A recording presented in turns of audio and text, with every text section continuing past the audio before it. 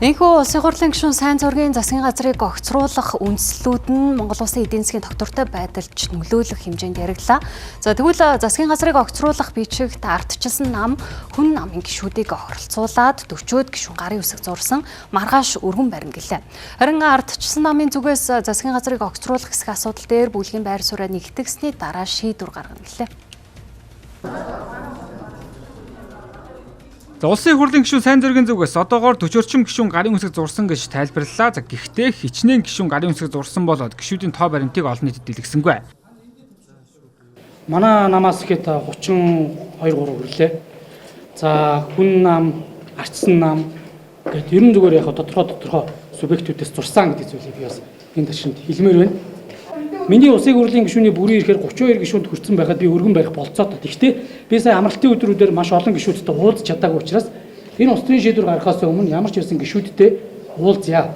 Зурх нэг нь нэмээд зурна үндэстэй гэдэг зүйл боломжийг олгоё л гэж байна. Маргааш өглөө өгөхөд би ерөнхийдөө эцсийн байдлаар улсын хурлын энэ асуудлыг танилцуулж хилцүүлье гэсэн ийм л одоо төлөвлөгөөтэй ажиллаж байна.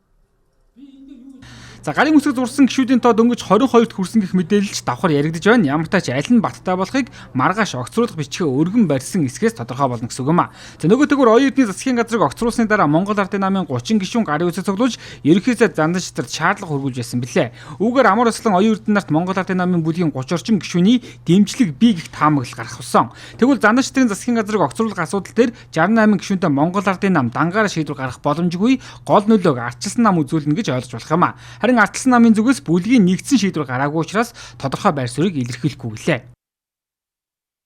Намын даргын ажлыг, бүлгийн даргын ажлыг хамт хийж байгаа учраас миний хувь гишүү ямар бодолтой байх бол хоёрдугаар асуудал хамтын шийдвэрийг гарсан үед мэдээлээд байна. Зүгээр л энийг товчхон болж байгаа үйл явцыг дүгнээд хэлэхэд нэг улс төрийн хүчин Монгол Ардын нам олон жил мөрийн хөтлөөр нэртэй ард иргэдийг хуурам эхэлж явсных нь гор гарч байна.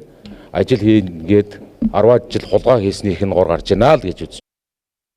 За засгийн газрыг огцруулах асуудал улсын хурлын чуулганаар хилцэгдлээ гэхэд нийт гишүүдийн олох буюу 64 гишүүний гарын үсэг шаардлагатай. За гэтэл Монгол Ардын намын бүлгийн хувьд хоёр тал хуваагдчихсан. Иргэний зориг ногоон нам, үндэсний эвсэл, хүн намуудын хувьд гишүүд нь өөр өөрсдийн итгэл үнэмшлээрээ саналаа өргөсөн таамаглалтай байна. Энэс засгийн газрыг унах уу үгүй юу гэдэгт голлох шийдвэр улсын хурлдах ардчилсан намын бүлгийн улс төрийн шийдвэрээс ихээхэн шалтгаалахаар болоод байна.